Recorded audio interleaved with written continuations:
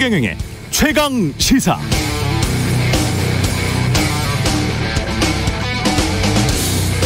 네, 국민의힘 윤석열 후보의 부인 김건희 씨가 명확히 해명해야 할 부분은 이런 겁니다. 도이치모터스 주가 조작 의혹 사건, 양평군 개발 시행 사업. 윤석열 후보 측의 해명을 듣고 나서도 납득이 되지 않는 점은 도이치모터스 주가 조작 의혹 사건 같은 경우에요, 1인 매매를 맡겼다는데 하필이면 그게 또 김건희 씨가 전환사채를 사들이고 김건희 씨 회사가 협찬도 많이 받은 도이치모터스였다는 거잖아요. 이게 이런 우연의 일치도 있습니까? 스스로 대주주의 위치에 오를 만큼 4% 정도의 지분을 샀어요. 코스닥 신규 등록 중소형주를 그렇게 많이 매입하는 그런 일반 개인 투자자들이 있나요? 어떤 내밀한 정보가 없었다면 그럴 이유가 있었을까요, 과연? 경영진 및 작전 세력과는 아무런 교감이 없었는지, 거래 내역을 공개한 도이치모터스 주식들 말고도 나머지 수십만 주의 주식들, 도이치모터스 주식들이 더 있었다는데 언제 얼마에 팔았는지 아직 명확히 해명되지 않았습니다. 또 하나, 양평군 아파트 개발 시행 사업도 오랫동안 김건희 씨 어머니가 땅을 매입했고 이후엔 아예 시행사까지 차려서 개발 수익이 얼마나 났고 어떻게 수익을 배분했는지, 그 과정에서 김건희 씨는 어떤 역할을 했는지 명확히 해명된 게 없습니다. 결국 이 사업도 민간이 임야 논밭을 사들여서 관청이 인허가를 내주고 개발 수익을 챙긴 건데, 양평구청은 개발 이익 환수를 제대로 하지 않았었습니다. 윤석열 후보는 그렇다면 부동산 개발 사업, 그 개발 이익 환수에 대해서 어떤 입장인지도 질문하지 않을 수가 없네요.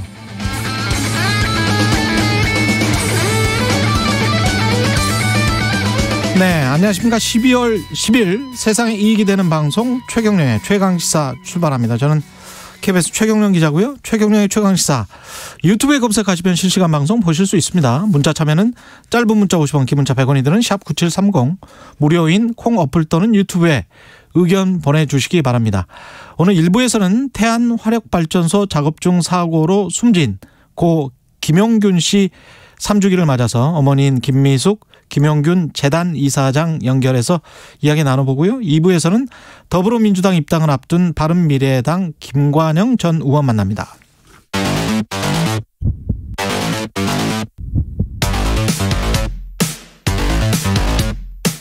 오늘 아침 가장 뜨거운 뉴스 언박싱.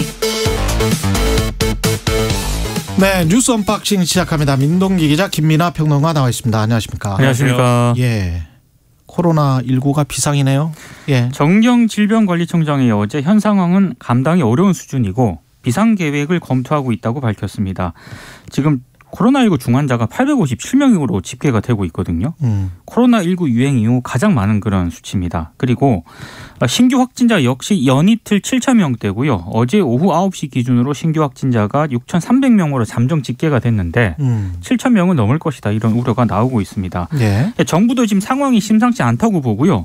2차 접종과 3차 접종 간격을 3개월로 단축하는 방안을 검토를 하고 있는데, 지금 60대 이상은 4개월이고 50대 이하는 5개월이거든요. 자녀 백신으로 맞을 경우에는 각각 한 달 더 당겨 맞을 수가 있는데 이걸 모두 3개월로 통일한다는 그런 얘기인데, 정부가 논의를 거쳐서 이르면 오늘 이 방안을 발표할 예정입니다. 참고로 지금까지 추가 접종 간격을 3개월로 단축한 나라는 영국뿐입니다.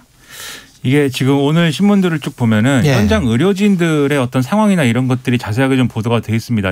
이 신문들이 독자적으로 이제 그 현장 의료진 중에 간호사라든지 이런 분들을 취재해서 이제 좀 생생한 목소리를 실어놓은 것도 있고, 그 다음에 이제 또 모여가지고 시민단체 등하고 모여서 이제 노조 이렇게 모여가지고 증언대회 같은 것도 했어요. 그래서 현장에서 얼마나 지금 의료진들이 힘든 상황인지, 의료 체계가 붕괴하는 상황 속에 어떻게 좀 하고 있는지 이런 것들이 좀 생생하게 실려 있기 때문에 그런 것들을 좀 우리가 보면서 지금 상황이 얼마나 심각한지를 좀 공감하는 게 좀 필요할 것 같아요. 이게 정부 입장에서는 어쨌든 계속 말씀드리지만 단계적 일상회복이라는 큰 기조를 포기할 수는 없다고 필요하고 하지만 당장에 이제 의료 체계에 엄청난 부담이 지금 되고 있는 것도 현실이기 때문에 여기에 대해서 뭔가 수를 내야 되는데 단기적으로 그게 효과를 낼 수 있는 수가 사실상 지금 없는 상황이거든요. 그렇기 때문에 결국은 이제 국민들의 어떤 협조와 이해, 공감 이런 것들이 필요하고 또 정부도 단기적으로야 뭐 지금 이 부담을 어쩔 수 없이 안고 가는 거라고 할 수밖에 없지만 지금 중장기적으로라도 뭔가 대응해야 되고 대책이 있어야 되는데 지금 예를 들면 부스터샷의 간격을 줄이는 거라든지 그다음에 뭐 병상 확보를 더 효율적으로 해야 된다는 거랄지 이런 것들은 사실 또 지금 이상의 어떤 효과를 바로 낼 수 있는 건 아닌 거거든요. 그래서 여러모로 이런 부분들에 있어서도 추가적인 대책이나 그런 대응들이 필요한데 여러모로 걱정이 됩니다. 지금 방법이 백신밖에 없는 거잖아요. 그렇죠. 과학적인 방법은. 근데 지금 아까 영국이 3개월로 당긴 게 이제 유일하다고 했는데 지금 오스트리아 같은 경우에 백신법을 시행을 해서 2월부터 지금 본격적으로 시행을 하기로 돼 있는데요. 네. 오스트리아 인구가 890만인데 확진자가 121만이에요. 이게 완전히 난리가 났어요, 여기가. 최근에 이렇게 돼서 근데 14세 이상은 이제 강제로 맞추겠다. 이걸 법을 만들어서 아예 내년 2월부터 14세 이상은 이게 오스트리아 같은 경우도 워낙 자유주의적인 국가고 소유롭 국가 아닙니까? 그렇죠. 안 맞으려고 하니까 그러니까 법을 만들어 버렸어요. 아니 근데 전체 인구 가운데 그 정도 확진자가 나오면 심각하죠. 예. 890만에 121만이 지금 확진자고 사망자가 13,000명. 다행히 이제 사망자는 좀 적습니다. 그럼에도 불구하고 확진자가 121만이기 때문에 그리고 사람들이 잘 백신을 안 맞으려고 하기 때문에 굉장히 또 부자 나라잖아요. 그렇죠. 근데 부자 나라인데 안 맞으려고 하니까 어쩔 수 없이 지금 법을 통과시켰는데 그 법에 지금 반대하는 게 극우정당 빼고는 근데 물론 시민들은 굉장히 또 싫어하죠. 시민들은 또 거리에 나서서 또 시위도 하고 뭐 이런 상황이에요, 지금. 유럽의 많은 나라들이 굉장히 지금 심각하게 보고 있는 상황은 맞습니다. 예. 그러니까 제일 처음 사실상 위드 코로나라고 부르는 그러한 방향으로 봉쇄를 풀었던 영국도 다시 이거 걷어들이거든요. 그렇죠. 다시 봉쇄 들어가거든요. 그렇죠. 예. 이런 상황을 전반적으로 보면은 물론 앞으로 오미크론 변이의 어떤 방향에 따라서 상황이 또 급격하게 바뀔 수도 있지만 지금 상황이 자체는 우리만 뭐 이렇게 잘한다고 해서 해결될 수 있는 것도 아니고 전 세계적인 그렇죠. 공동 대응이 필요하고 비슷한 어려움들에 다 임박해 있는 것인데 근데 이 의료 전문가들의 의견이 뭐 또 조금씩 다른 측면들은 있어요. 그래서 얼마나 이게 더 이어질 것이냐 이런 국면들이 예를 들어 3년은 더 이어질 것이다라고 얘기하는 사람도 있고 5년은 더 갈 것이다라고 얘기하는 사람도 있고 하지만 뭐 크리스마스 선물이 오미크론이 될 것이다라는 사람도 있고 의견이 분분한데 적어도 이 팬데믹 시대가 도래한 이후에 우리가 지금까지 살던 것처럼 마찬가지로 살 수 있겠는가. 그게 의료든 그게 자영업자에 대한 문제든 그런 문제의식을 이 정치가 가질 필요가 있고 이번 대선에서도 그런 걸 가지고 좀 얘기를 해야 되지 않나 이런 생각이 듭니다. 그렇습니다. 예. 손실보상 100조 원 지원안과 관련해서는 서로 지금 공방이 오고 가고 있는데요. 100조 원을 지금 당장이라도 하자. 그러니까 김종인 지금 위원장 같은 경우에는요. 예. 100조 원의 기금이 필요할지도 모른다라고 얘기를 하긴 했거든요. 근데 그 전에 송영길 민주당 대표가 이 손실보상 100조 원 지원안과 관련해 가지고 자신하고 윤호중 원내대표 그리고 국민의힘 김종인 위원장하고 김병 원내대표 사자회동을 제안한 적이 있습니다. 그런데 이 김종인 위원장 같은 경우에는 그 윤석열 후보가 당선돼서 집권을 해서 그 코로나 대책을 수립하기 위한 하나의 방안이지 지금 뭐 이렇게 여당하고 협의해가지고 이렇게 논의할 대상은 아니다라면서 이걸 거부를 했거든요. 그러니까 민주당이 어제 좀 반발을 했고 이재명 후보도 기자회견을 열었습니다. 그러면서 뭐라고 얘기를 했냐면 윤석열 후보를 향해서 100조 원 지원안 이걸 바로 논의를 하자 이렇게 또 제안을 했고요. 그리고 김종인 위원장이 이거 민주당과 협상할 그런 대상이 아니다라고 한 부분에 대해서는 아니 김 위원장이 발을 하나 뺐는데 그럼 진심이 뭐냐. 100조 원 필요하다고 해놓고서는 왜 또 이렇게 같이 협의를 하자고 하니까 발을 빼냐 이렇게 또 비판을 했고 그리고 윤석열 후보를 향해서는요. 예. 그 김종인 위원장 뒤에 숨지 마라. 윤석열 후보가 여기에 대한 입장을 분명히 밝혀라 또 이렇게 요구를 한 상황입니다. 윤석열 후보는 상당히 긍정적으로 또 말하지 않았습니까? 100조에 대해서는 사실 뭐 입장 표명한 바가 없고 50조에 대해서 얘기한 적이 있습니다. 50조는 긍정적으로 얘기했고 예. 그걸 뭐 이 단기국채를 발행해가지고 조달할 수 있다. 그리고 뭐 추경이나 뭐 이런 걸 통해서 할 수 있다는 취지의 얘기를 그동안 해온 바 있는데 그러다 보니까 이제 50조로는 모자라니까 김종인 전 위원장이 난 100조다 이렇게 얘기한 거거든요. 근데 이재명 후보가 이제 진심이 의심된다고 했지만 저는 김종인 위원장은 진심일 거라고 봐요. 다만 윤석열 후보의 50조 얘기도 국민의힘 내에서는 소화가 안 된다는 게 문제입니다. 그렇죠. 50조 원을 당장 예를 들면 추경을 편성하자든지 뭐 이런 식으로 접근할 경우에 이게 거기에 동의할 수 있는 거냐 국민의힘 원내지도부가. 그 동의가 안 되기 때문에 사실 그동안도 좀 뒤로 뺐거든요. 그동안 뭐 50조 원을 뭐 하는 문제에 있어서 현실적으로 좀 고려해볼 문제가 있다라든지 이런 얘기를 해왔기 때문에 지금 협상 테이블에 있거나 이렇지 않은 문제인 건데 당연히 50조도 소화가 안 되는데 100조도 국민의힘 내에서는 동의가 어려울 겁니다. 이 부분에 있어서는. 그래서 결론적으로는 여당하고 협상하고 뭐 이런 것이 아니라 이 윤석열 정권이 들어서면 이제 하겠다라고 얘기를 하는 건데 근데 이게 윤석열 정권이 그럼 언제 들어서고 언제 그러면 할 수 있게 되느냐를 한번 따져봐야 돼요. 그런 주장이라고 한다면. 왜냐하면 지금 3월에 선거하고 그러면 5월에 취임할 거 아닙니까? 이게 예. 인수위 거치고 뭐 이렇게 하면서 그다음에 정부조직법 개정이나 이런 걸 통해서 새로운 정부를 또 부처를 만들고 뭐 이런 걸 해야 될 거예요.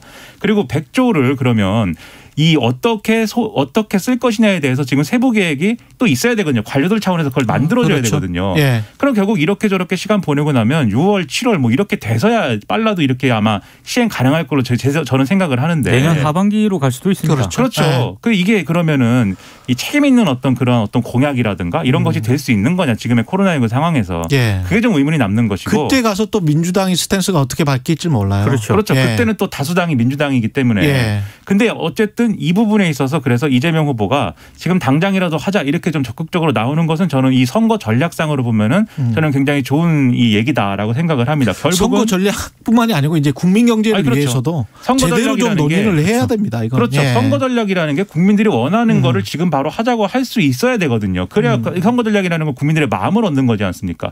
그러니까는 국민들 입장에서 내년에 뭐 이 여름 넘어가고 하면은 100조 얘기 50조 얘기가 어디로 갈지 어떻게 알겠습니까? 그리고 그때 가서 이렇게 선거 기간 동안에는 막 100조도 얘기하고 50조도 얘기했는데 그때 가가지고 아무것도 손에 안 남는다라고 하면 이 유권자들이 어떻게 생각하겠습니까? 그렇기 때문에 이거는 어쨌든 이 부분에 대해서는 윤석열 후보도 이 100조는 아니더라도 100조 아니어도 돼요 사실. 예. 예, 뭐 50조 자기가 얘기한 50조 수준에서라도 적극적으로 그러면 이번에 한번 방안을 마련해 보자라고 머리를 한번 맞대보자 이렇게 서로 적극적으로 나설 필요가 있어 보이는 그런 문제라고 저는 생각을 합니다. 그렇습니다. 대선이 협치가 되고 아름다운 어떤 합의의 과정이 되면 너무 좋죠. 왜냐하면 정권이 바뀔 때마다 여당 야당 입장이 바뀌면서 추경에 관해서 이제까지 세금 펑펑이라고 했다가 경제 마중물이라고 했다가 계속 바뀌었잖아요. 그렇죠. 예, 박근혜 정부 때는 경제 마중물이었고 문재인 정부 때는 세금 펑펑이었고 또 정권이 만약에 바뀌게 된다면 또 각 당의 입장이나 스탠스가 바뀌게 될 거란 말이죠.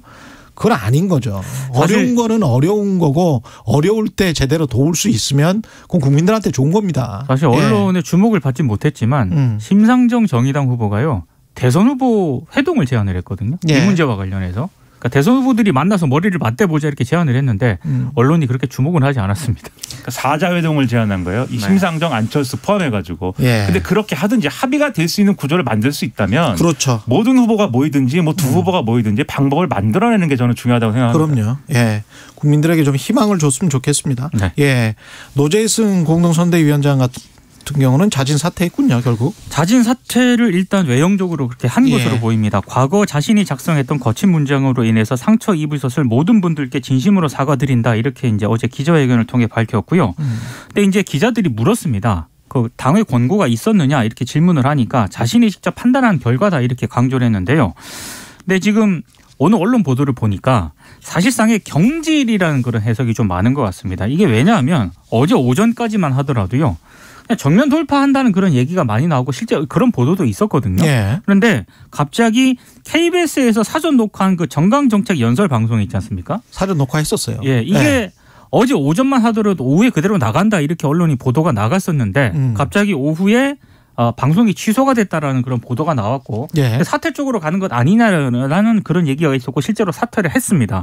그래서 뭐 임태희 총괄상황본부장하고 권성동 사무총장이 자진 사퇴를 설득을 했다라고 지금 보도가 나오고 있는데요. 아무래도 이 논란이 주말까지 계속되면은 윤석열 후보 지지율에 상당히 좀 타격이 있을 것으로 보고 자진 사퇴를 권유를 한 것으로 보입니다. 그러니까 이게 대응이 예를 들면 노재승 씨가 이게 논란이 불거진 직후에 사과하고 내가 이거 과거에 쓴 거에 대해서 상당히 좀 생각 없이 썼던 것 같다. 지금은 입장이 달라졌고 과거에 그렇게 쓴 거에 대해서 여러분께 사과드리겠다. 뭐 SNS도 없애버리겠다. 이렇게 나오면서 실제로 이런 발언의 어떤 피해자일 수 있는 분들에게 직접 사과하면서 뭐 이런 일정을 짠다든지 그랬으면 또 모르겠습니다. 그런데 이후에 언론을 통해서 이제 한 얘기들이나 이런 것들을 보면은 과거에 글을 썼다가 문제가 아니라 그 언론을 통해 대응하는 과정이 저는 문제였다고 보거든요. 사실상 자신의 뜻을 굽히지 않은 거예요. 여러 가지로 사과도 했고 뭐 과거의 발언에 대해 그 쓴 거에 대해서 뭐 일부 후회도 된다고 했지만 그렇게 쓸 수도 있는 거 아니냐라는 취지였고 사인의 입장에서 쓴 거였기 때문에 문제가 없다. 이 얘기만 반복했거든요. 그러니까 사실 기회가 많았는데 어쨌든 거기에 대해서 충분하게 유권자들의 어떤 의문이나 이런 것들을 해소해 주지 못했기 때문에 결국 정치적 판단할 수밖에 없었을 거라고 보고요. 이게 오전에는 그래도 아마 노재승 씨의 개인 의사를 확인하는 과정이 있었던 것 같아요. 그래서 이준석 대표하고 권성동 총장하고 셋이 만나가지고 사퇴 의향을 물었을 거고 아마 사퇴 의향이 없다고 하니까 그러면 앞으로 사과 위주로 대응을 해달라고 주문을 했을 텐데 말씀하신 대로 SNS라는 게 캐면 계속 나오는 겁니다. 매일매일 새로운 과거에 쓴 글이 하나씩 계속 나오잖아요. 그렇게 본다면 김종인 위원장 입장에서는 이 함익병 씨 논란에서 이 선대위원장직을 거둬들였던 것처럼 같은 기준을 적용하는 수밖에 없다라고 판단 내렸던 것 같고 그게 이제 임태희 총괄상황본부장을 통해서 이제 의사가 전달되고 이게 그래서 사퇴로 이어졌다 이렇게 볼 수가 있겠습니다. 이재명 후보는 기득권화된 민주당 쇄신을 주문했고 윤석열 후보는 전 주한미대사를 접견해서 경청 강담회도 참석했군요. 이재명 바쁩니다. 후보는 굉장히 재밌는 게요. 위성정당을 불가능하게 만드는 조치가 필요하다 이렇게 얘기를 했고 그리고 이 정당혁신추진위원회 출범식에서 여러 가지 민주당을 향한 비판을 쏟아냈거든요. 그러니까 이걸 언론들이 어떻게 해석을 했는가 봤더니 민주당 개편 작업이 상당히 임박한 것 아닌가 이렇게 좀 해석을 하고 있습니다. 특히 어제 장경태 의원이 출범식에서 당개혁안으로 몇 가지를 얘기를 한 게 있습니다. 뭐 이를테면 원인 제공 보궐선거 무공천하겠다. 그리고 동일 지역구 국회의원 3선 연임 초과 제한, 국회의원 면책특권 제한 이런 거를 지금 얘기를 했거든요. 근데 특히 이제 민주당이 원인을 제공한 보궐선거에 후보를 공천하지 않는 방안 같은 경우에는 이게 지금 당장 종로 그렇습니다. 국회의원 보궐선거와 직결되는 문제이기 때문에 특히 이제 뭐 청주 상당이라든가 경기 안성 같은 경우에는 공직선거법 위반 등으로 당선 무효형을 받아서 재보궐선거가 치러지거든요. 여기도 그러면 안 나와야 되네. 당장 이 문제와 직결이 되기 때문에 굉장히 민감한 문제인데 이재명 후보가 재보선 무공천 가능성에 대해서는 검토 중이다고 기자들에게 계속 얘기를 하는 그런 상황입니다. 그러니까 지금 나열된 정치개혁 방안이라는 게 사실 단골 메뉴들입니다. 그렇습니다. 그렇기 때문에 이번에 좀 잘 될 수 있을 거냐는 좀 의문에 다만 보궐선거 무공천이라는 거는 그냥 무공천하고 끝나는 거냐 아니면은 다른 정당하고 나름대로의 어떤 협의나 어떤 뭐 선거 연대나 이런 거를 모색해 보자는 거냐 이거에 따라서 좀 결이 달라질 수 있을 것 같고요. 그러네요. 그러니까 보궐선거에 걸린 의석을 포기하더라도 대선에서 이길 수 있는 어떤 그런 기회를 찾을 수가 있으면은 한번 해볼 만하다라고 판단하는 것인지 이건 지켜볼 필요가 있는 것 같고 그다음에 이재명 후보의 이제 발언 중에 또 주목되는 게 아까 말씀하신 것처럼 위성정당을 근본적으로 방지해야 된다라고 얘기한 거. 지난 과거에 대한 반성이네요. 그렇죠. 사실 중요하다고 보는 게 이 민주당을 지지하지 않는 중도적 유권자들이 봤을 때 이 여의도 정치라는 영역에서 민주당이 제일 잘못한 것 중에 하나가 이거거든요. 첫째로 반대에도 불구하고 밀어붙였던 것이고 패스트트랙 통해서 둘째로 밀어붙였으면은 자기들이 그거에 대한 확신이 있었기 때문에 밀어붙였던 건데 위성정당을 만들어가지고 밀어붙여 놓고서 오히려 그 법의 대의를 훼손한 것이고 셋째로 그렇게 해가지고 어쨌든 다수 의석을 만드는 거에 성공했지만 그 다수 의석의 결과가 이 중도층, 이 중도층 유권자들의 삶이 행복해지는 결과로 돌아왔느냐를 스스로에게 묻는다면 그렇지 않았던 것이죠. 그렇기 때문에 정권교체 여론이 높아지는 그런 상황이 된 건데 그래서 이 부분을 바로잡자라고 하는 거 저는 이재명 후보가 굉장히 좋은 얘기를 했다고 보지만 그럼 실질적으로 위성정당 방지를 할 수 있는 제도적인 어떤 대안까지 갈 수 있는 거냐. 이게 우리가 그런 속담을 많이 인용하지 않습니까? 이 스님이 자기 머리를 못 깎는 경우들이 많다라는 부분들이 있어서 이재명 후보는 의지를 가져도 여의도에서 소화 가능한 얘기가 될 것이 냐는 다 아직은 좀 지켜볼 필요가 있는 문제로 보인다. 저는 그런 생각입니다. 윤석열 후보는 전 주한미 대사 접견하고 경청 간담회 가진 게 언론에 꽤 크게 보도가 됐고요. 경청 간담회에서 좀 재밌는 얘기를 했는데요. 대부분의 대선 후보들은 선거 때마다 기업하기 좋은 환경을 만들겠다고 해놓고 막상 집고 나면 많은 기업인을 범죄자 취급하거나 길을 많이 죽였다. 본인은 규제를 풀고 기업들이 해외 경쟁에서 이길 수 있도록 지원하겠다 이런 점을 강조를 했는데 근데 지금 어제 한 가지 좀 달랐던 그런 태도가 하나 있는데요. 송정식 경총회장이 중대재해처벌법이 내년 1월에 시행이 된다면 많은 기업인들이 잠재적 범죄자로 내몰리게 된다 이렇게 얘기를 했거든요. 기존의 경총 주장이죠. 그렇습니다. 그런데 여기에 대해서 윤석열 후보가 별다른 대응, 그러니까 반박 얘기를 안 했습니다. 호응의 이야기를 안 했군요. 전혀 호응 얘기를 안 했고요. 아무래도 이제 자신이 최근 반노동 발언을 가지고 상당히 좀 많이 문제가 되지 않았습니까? 아마 그런 점을 의식한 것으로 보이고 특히 어제 같은 경우에는 김용균 씨 3주기와 그렇죠. 관련해서 이재명 후보라든가 지금 심상정 후보 같은 경우에는 관련 이런 대책들을 내놓았거든요. 근데 윤석열 후보는 어제 경총을 갔단 말입니다.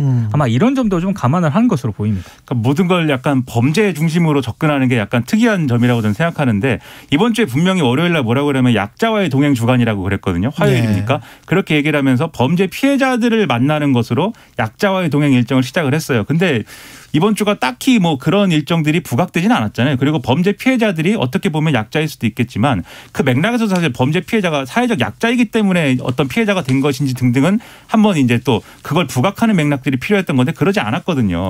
약자와의 동행을 위해서 이제 경제 성장을 이야기를 하는 것이겠죠. 네, 그렇게 얘기하면 또 할 말이 없는데 이게 약자와의 동행이라는 맥락이 결국 부각되지는 못한 한 주였다는 점에서 저는 이게 애초에 선거 기획한 거하고 후보가 움직임하고 메시지가 이렇게 이 퍼즐 조각처럼 맞아떨어지지 않는 부분들이 여러모로 문제이다 지금.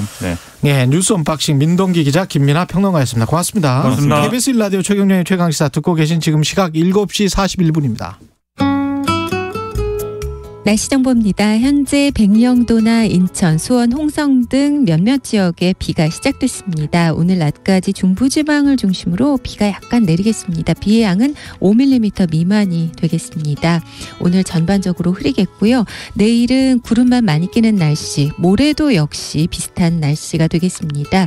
특히 내일까지 기온은 평년보다 3도에서 7도가량 높아서 온화한 낮 시간이 되겠습니다. 오늘 낮 기온 서울 11도, 대전 12도, 광주 14도 등 8도에서 17도의 분포를 보이겠습니다. 날씨 평탄한 편인데 오늘 오전까지 영서와 충북, 경상권 내륙을 중심으로 짙은 안개 끼는 구간이 있으니까 주의하셔야겠고요. 또 지금 교량과 터널 출입구 등에 만약에 비가 내릴 경우 비가 얼어서 도로 살얼음이 발생할 수가 있겠습니다. 교통안전에 유의하셔야겠습니다. 오늘 중부와 일부 영남지방으로 대기가 탁합니다. 지금 서울의 기온은 7.2도, 습도는 64%입니다. 날씨였고요. 다음은 이 시각 교통 상황 알아보겠습니다. KBS 교통정보센터의 이현 리포터입니다. 네, 출근길은 전체적으로 무난한 편인데요. 지금 서해안을 중심으로 빗길인 곳이 많습니다. 내린 비가 얼어서 살얼음이 만들어질 수 있으니까요. 감속운전 신경 써주시기 바랍니다. 수도권 제1순환고속도로 자유로 부근은 양방향으로 차가 많습니다. 정체는 판교에서 일산 쪽으로 더 길게 이어지는데요. 노지 분기점에서 자유로 쪽으로 속도가 떨어져 있고요. 자유로 서울 방향입니다.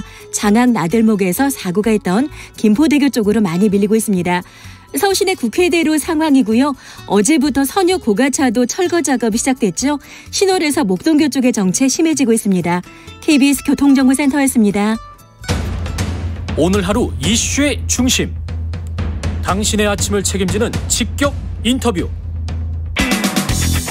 여러분은 지금 KBS 1라디오 최경영의 최강시사와 함께하고 계십니다.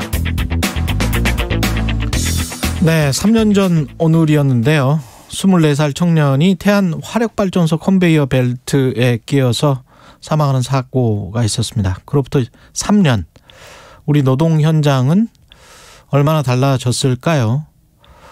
고 김용균 씨 어머니 김용균 재단 김미숙 이사장님 연결돼 있습니다. 안녕하세요. 네, 안녕하세요. 3주기가 되는 날인데 여쭤보기 죄송스럽습니다. 오늘 어떤 생각이 드시나요? 지난 월요일이 또 김용균 씨 생일이기도 했네요. 네, 그 생일이 들어 있어서 더 힘듭니다. 사실 그냥 주기 돌아올 때마다 더 힘든데 아들 생일까지 있으니까 마음이 없는 아들 생일 때도 생각나고 마음이 착잡해요. 3년 되셨는데 그 동안에 사실은 집회나 여러 간담회나 이런 데 참석을 하시면서 오히려 이게 굉장히 좀 일반화돼 있는 현상이구나 이런 것들을 좀 느끼고 깨달으신 점도 혹시 있으십니까? 그 전에 비해서 180도 달라졌죠. 예. 이전에는 그냥 가정만 알고 살았거든요. 그러니까요. 예. 근데 지금 이제 아들 사고 이후에 제가 못 봤던 세상이 다 보이고 너무 우리나라가 사람이 많이 죽고 있고 노동자들이 많이 희생당하고 있다라는 것을 알게 되었습니다. 그 전에는 사실은 그냥 가족 뒷바라지하고 평범한 어머니셨잖아요. 네. 그렇죠. 지금 김용균 재단 이사장으로 활동하고 계시는데 가장 크게 달라진 것, 어머니의 삶에서 가장 크게 달라진 것은 뭘까요? 그 인식이나 생각. 네. 우리나라가 어떻게 돌아오고 있는지 예전에는 먹고 살기 바빠서 생각을 못 했었는데 예. 지금은 이렇게 가만히 두고 보면 안 되겠구나. 뭔가를 내가 참여해서 정치도 참여하고 사회에 돌아가는 그 나쁜 것들을 다 참여해서 바꿔야 된다는 생각을 하고 있습니다. 3년 동안 보니까 이게 그냥 일탈적인 사고가 아니고 일반적으로 항상 일어날 수 있는 현장의 문제다라는 게 인식이 됐다고 말씀하시는 건데 가장 큰 문제는 뭐였다고 보십니까? 뭐라고 보십니까? 지금 현재도? 아들이 사측은 아들이 잘못해서 실수해서 그렇게 사고가 났다 이렇게 얘기를 하는데 예. 저는 절대 그렇게 생각 안 하거든요. 실수해도 누구나 사람은 실수할 수 있잖아요. 그렇죠. 근데 그 실수했다고 죽으면 안 되는 거고 그 회사는 안전조치에서 사람이 실수해도 죽을 수 없게끔 만드는 게 회사의 역할이라고 생각해요. 그렇습니다. 실수했다고 사람이 죽으면 안 되죠. 잠깐 실수했다고. 근데 어제 김용균 씨가 사망하기 넉 달 전에 MBC 단독 보도였는데요. 네. 영흥화력발전소 하청업체 노동자들이 직접 안전 실태를 점검해서 보고서를 작성했는데 네. 컨베이어 벨트를 점검할 때 말림과 협착 이런 현상 때문에 중대재해 위험성이 높다고 2번이나 강조돼 있었고 근데 보고서는 묵살됐고 하청업체는 원청업체가 두려워서 이 보고서를 전달도 못했어요. 넉 달 전에 사망사건이 일어나기 넉 달 전에. 사실 그 하청에서 그 시정료를 네. 아무리 많이 해도 원청으로 들어가지 않거든요. 그리고 이 고용이 불안한 사람들은 그렇게 말해도 말이 안 먹히고 더 세게 말할 수 있는 입지가 없는 거죠. 고용이 불안하다 보니까 언제 잘릴지 모르니까. 그렇죠. 이게 구조적으로 이런 이야기들이 들어가고 안전에 관해서 고용 안전뿐만이 아니고 사람의 생명에 대한 안전에 관해서 명확하게 그 보장해 줄 수 있는 어떤 장치, 법적 제도적 장치 이런 것들이 충분히 마련됐다. 중대재해처벌법으로 이렇게 보십니까? 아니요. 전혀 그렇게 생각하지 않고요. 예. 50인 미만 3년 유예되고 5인 미만이 아예 제외됐잖아요. 예. 그런 부분에서 여기가 진짜 50인 미만이 사고율이 80% 이상이 나고 있거든요. 사고율이 80% 이상 나는 50인 미만. 예. 예. 사람 죽는 게. 예. 그러니까 이런 데가 다 지금 법의 보호를 못 받고 있으니까 올 들어 작년 대비 사망 사고가 더 많이 났다고 통계가 나왔습니다. 예, 통계 나왔어요. 예. 작년보다도 늘어났는데 근데 이제 중대재해처벌법은 내년 1월 27일부터 시행이 된단 말이죠. 네. 그래 전혀 재정의 의미는 그러면 없다라고 보십니까? 50인 미만이 포함이 안 됐기 때문에? 저는 그렇게 5인 미만 삭제가 되면서 예. 충분히 예견을 할 수 있어서 정말 참담했습니다. 그거 만들 때. 그렇지만 우리나라가 이렇게 안전이 개인의 실수가 아니고 나라나 기업이 안전 조치 안 해서 사고가 났다라고 기업의 책임을 이제 법을 만들면서 물었거든요, 이제.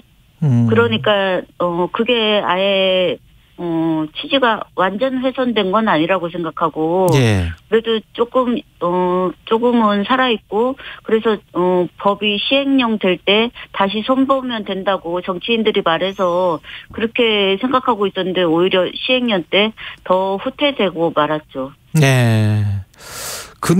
그런데 이제 기업들 입장은 많이 다른 것 같습니다. 어제 경총의 회장도 중대재해처벌법이 내년 1월 시행된다면 많은 기업인들이 잠재적 범죄자로 내몰리게 된다 이러면서 굉장히 이제 우려를 하고 있거든요. 기업 입장에서는. 핑계죠. 사실 우리가 원하는 거는 안전조치 하라는 얘기예요. 예. 그러면 처벌을 안 받아요. 안전조치를 충분히 하지 않고 핑계를 대고 있는 것이다. 네네. 예. 그리고 계속 빠져나가려고 그것도 다 2인 1조나 인력 충원 그리고 또 안전시설 만들려면 다 돈이 들어가잖아요. 예. 돈을 안 쓰고 싶은 거죠, 기업 입장에서. 여태까지 그거를 다 이윤으로 다 챙겨갔으니까. 예. 정부의 발전산업 안전 강화 보고서 김용균 씨 사망 3주기 맞아서 발표가 됐는데 이것도 김용균 특별조사위 민간위원들이 알맹이도 없고 개선 의지도 없다 이렇게 지금 비판을 하고 있단 말이죠. 그냥 교과서처럼 그냥 숙지하는 것처럼 그냥 그렇게 보고서가? 답변을 했는데 예. 이런 것들은 유동적이어야 되고 그래서 진짜 안 되고 있으면 또 살펴봐서 계속 살펴보면서 안 되고 있는 이유를 찾아서 개선을 해야 되는데 그냥 문제풀도 그냥 답변을 딱 그렇게 했거든요. 그래갖고 뭔가 한 것처럼 보여지고 있고 형식적인 답변이었다. 네네. 예, 정부의 보고서 자체가. 네. 예. 그랬기 때문에 저희는 정부가 이것을 더 이상 하려고 하지 않는 의지가 거기 밑바탕이 깔려 있다고 생각합니다. 네, 정부도 형식적으로 보여주기만 지금 하고 있다라는 그런 네. 비판이시네요. 네. 예. 대통령 후보들 지금 대선 앞두고 여러 가지 국민의 삶에 관해서 적극적으로 살피겠다 그런 말은 많이 하고 있습니다. 예, 바라는 게 혹시 있으세요? 대통령 후보들에게? 윤석열 후보님이 이 자기가 대통령 되면 중대재해처벌법을 없애겠다 이렇게 말을 하고 있거든요. 국민 72%나 찬성한 법인데 자기가 대통령 되면 이걸 없애겠다 하는데 저희는 정말 가만히 안 있을 거예요. 그리고 그분이 한 말씀이 근로시간 52시간제인데 120시간까지 늘려서 일 많을 때 바짝 일 시키고 일 없을 때 안 시키겠다는 이런 말은 결국 노동자들을 또 과로사로 지금도 많이 죽고 있는데 더 많이 죽이겠다는 것이나 다름없어요. 예. 그래서 노동자들이 좀 더 안전한 노동 환경을 만들기 위해서 대통령 후보들이 좀 노력을 해줘야 되겠다. 그런 말씀이시네요. 예. 네. 그리고 또 사고 난 3명 돌아가신 거기에 가갖고 조금만 조심했으면 살 수 있었을 걸 그렇게 표현을 하셨는데 노동자가 실수할 수 있는 건 누구나 다 사람인 이상 예. 네, 실수할 수 있는 거고 안전 조치 안 한 것에 대한 언급을 안 하고 있고 이재명 후보나 윤석열 후보나 이게 노동 안전에 대해서 그리고 노동자들이 비정규직이어서 얼마나 힘들게 살고 괴롭힘 당하고 살고 있는지 이거에 대한 언급이 하나도 없어요. 알겠습니다. 오늘 말씀 감사하고요. 김미숙 김용균 재단 이사장이었습니다. 고맙습니다. 네, 감사합니다. 네, KBS 1라디오 최경영의 최강시사 1부는 여기까지였고요. 잠시 후 2부에서는 바른미래당 김관영 전 의원 만납니다.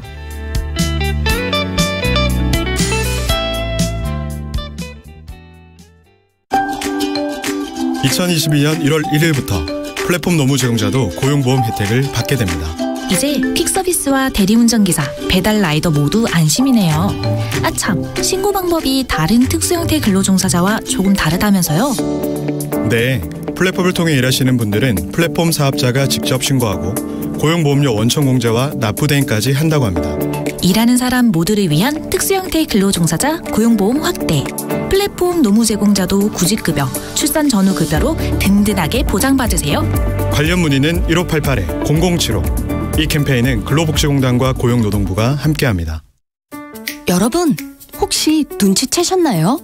우리 생활 속 다양한 포장재들이 변신을 시작했다는 사실. 포장재의 재활용 용이성을 평가하는 포장재 재질 구조평가제도 시행 후 플라스틱은 확 줄이고 재활용은 더 쉽게. 페트병은 라벨을 떼서 가벼워지고 포장재의 재질은 더욱 단순해집니다. 이제 마트 진열대 곳곳에 숨은 무라벨 페트병과 재활용 최우수 또는 재활용 우수 제품을 찾아 슬기로운 소비 생활에 동참해주세요. 이 캠페인은 한국환경공단과 함께합니다. 세상에서 가장 긴 콜령골 1km예요. 2021 KBS 연중기획 기억을 기록하다. 50년도 6월 25일 날 6.25가 터졌잖아요. 이 대전교도소 수감자들이 만일 인민군이 대전을 점령했을 적 인민군에 동조할 수 있다. 그래가지고서 모두 다 끌어내다 죽여라. 학살지가 8학살지까지 있거든요. 7천에서 8천 명이 돌아가셨다고 기록이 돼 있거든요. 2007년도에 진실화의 측에서 사막살지를 발굴을 했어요. 땅이 한 2평 정도 되는 데서 29구의 시신을 발굴했어요. 이렇게 무릎 꿇려 앉혀놓고 뒤에서 총을 쏴서. 이 학살지를 찾은 건 99년도예요. 일학살지에다 개 사육을 했어요. 개 사육을 해가지고 우리 아버님들이 그 개의 오물을 몇십 년간 뒤집어 쓰고 계신 거예요. 그 정도로 처참했고 아주 뭐라고 할 수가 없어요. 대전 3대 사건 희생자 유족회 전미경 회장은 기억합니다. 전쟁이라는 이유로 7,000명 이상의 민간인이 아무런 법적 절차 없이 무차별적으로 학살됐습니다. 그런데 이 비극은 70여 년이 지난 지금까지도 온전히 밝혀지지 않고 있습니다. 그러므로 아무도 책임지지 않습니다. 꼴령꼴 민간인 희생 사건이 끝까지 밝혀져 희생자와 유족의 아픔이 어루만져질 수 있도록 우리는 함께 기억해야 합니다. 당신과 대한민국의 기억, KBS가 기록합니다.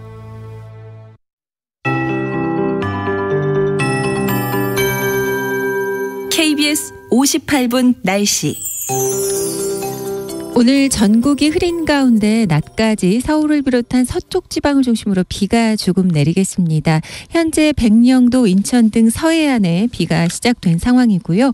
그 밖에 수도권 등 중부와 호남권에도 한때 비가 조금 내리겠습니다. 서울과 서해안은 오전에, 그 밖의 지역은 낮에 비가 그칠 텐데 비의 양은 5mm 미만이 되겠습니다. 지표 온도가 낮은 교량이라든가 터널 출입구 등에는 비가 얼어서 도로 살얼음이 발생할 수 있겠습니다.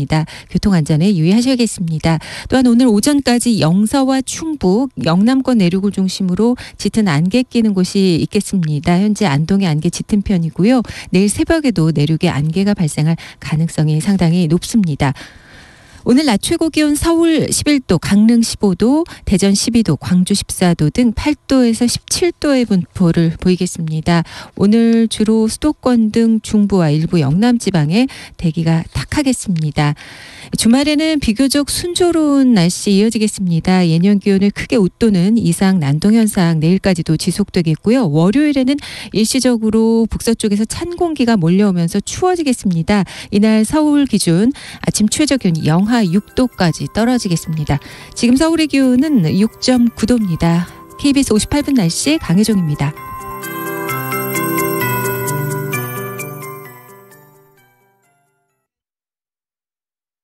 정성을 다하는 국민의 방송 KBS가 8시를 알려드립니다. AM 711kHz, FM 97.3MHz, KBS 1라디오입니다. HLKA.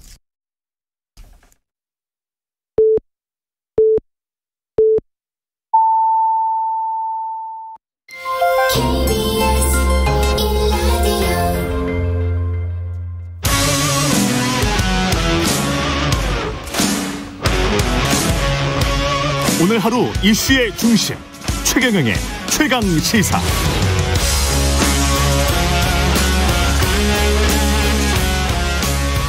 네, 중도를 향한 여야의 경쟁 뜨겁습니다. 그간 중도 제3지대에 머물렀던 김관영 제2배 전 바른미래당 의원이 민주당 합류를 결정했고요. 오늘 아침에 입당식 앞두고 있습니다.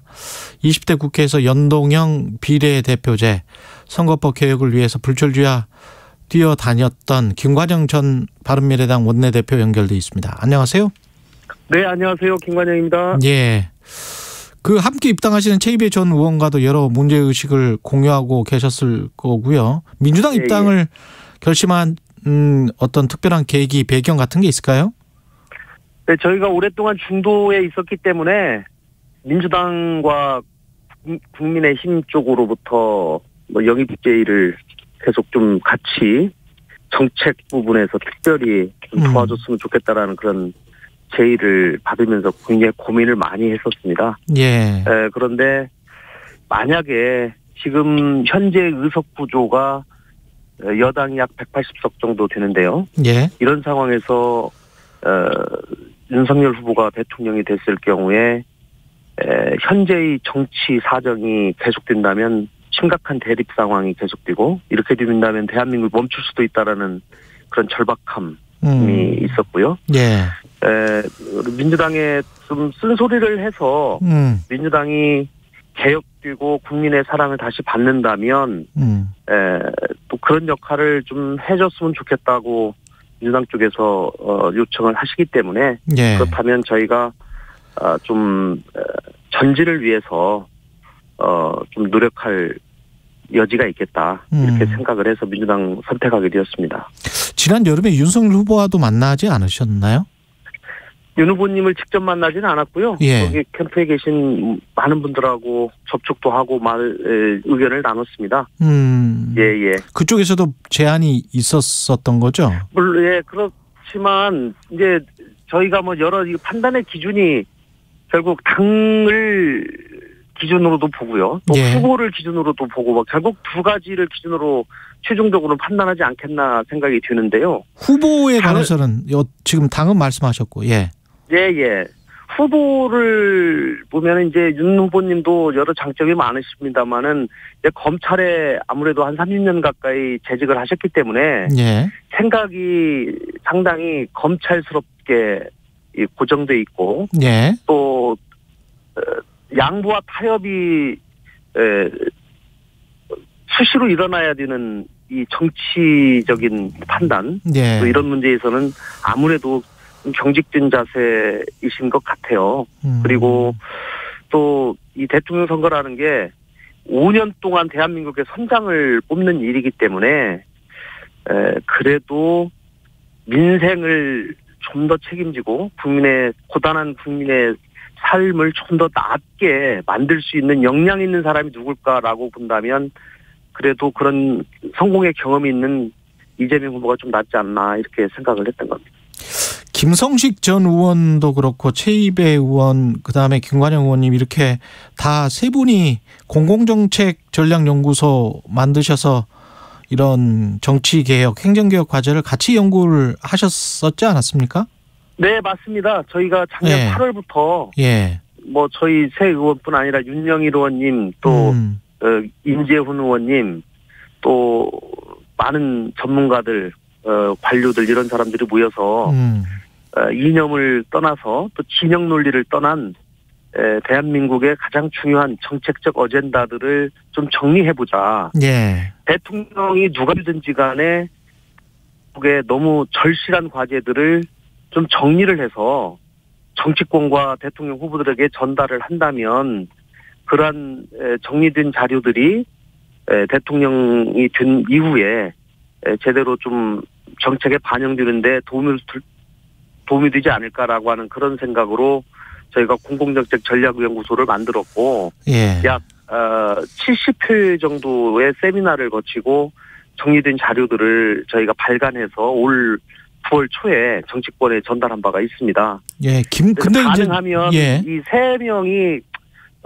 세 분뿐 아니라 예. 저기 연구소에 있었던 여러 사람들이 같은 길을 갔으면 좋았겠지만, 예, 김성식 전 의원, 예, 뭐 아무래도 또 각각의 또 개인적인 사정들이 있기 때문에 예, 모든 사람들이 같은 길을 가기는 어렵고, 또 김성식 의원님은 아직은 기성정당에 들어가는 것은 좀 아닌 것 같다라고 이렇게 말씀을 하셔서 일단 저와 최이배 의원은 마음을 같이 했기 때문에 이렇게 입당을 결심하게 되었습니다. 그 김관영 의원님이 회계사하시고 변호사하시고 재경고시 패스하시고 국회에 사실은 대표적인 정책통이었었단 말이죠. 예. 근데 이제 민주당에 계셨다가 그 미래당으로 갔다가 지금 이제 다시 돌아오신 거고, 금태섭 전 의원이나 이용호 의원 같은 경우는 또 이제 국민의힘으로 합류했어요. 네네. 이게 어떻게 보면 엇갈리는데. 예. 어떠십니까, 심정이? 뭐 언론에서는 뭐 이 한쪽에서 이렇게 하니까 또 한쪽에서 이렇게 뭐 하는 거다. 이런 식으로 평가들을 하시는데, 저는 상대 진영에 대한 무슨 반격이다, 뭐 이렇게 보기보다는 저희는 오랫동안 고민을 해왔었고, 저희 상대 진영을 생각하기보다는 국민들에 대해서 좀 감동이 드는 그런 앞으로 행보와 또 언행을 해서 과거 민주당을 지지하다가 마음이 떠나 있는 많은 분들을 좀 되돌리는 그런 일에 좀 집중을 하려고 생각합니다. 김한길 전 민주당 대표하고도 아주 친하셨던 걸로 제가 알고 있는데. 네, 김 대표님은 과거 김 대표님이 당대표를 하실 때 제가 수석 대변인을 냈고 비서실장을 해서, 근데 이제 정치적으로 많이 가르쳐 주신 분이죠. 예, 근데 국민의힘으로 가셨어요?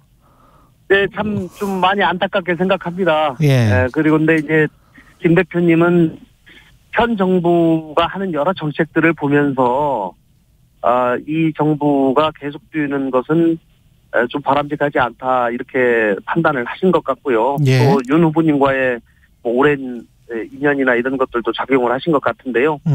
뭐 또 김 대표님의 오랜 고민 끝에 내린 결정을 저는 존중하고, 다만 저는 그래도 민주당이 개혁하고 좀 혁신한다면 이 180석의 의석이 대한민국을 위해서 제대로 쓰여질 기회가 분명히 있을 것이고, 좀 선용될 수 있도록 좀 제가 역할을 꼭 하는 것이 더 중요하다고 생각했기 때문에 저는 민주당을 택하게 되었습니다. 그게 쇄신이 필요하다, 그래서 이제 민주당 쇄신을 위해서 갔다는 말씀이신데, 지금 현재 쇄신은 잘 되고 있는 것 같습니까? 선대위나 어떻게 보세요?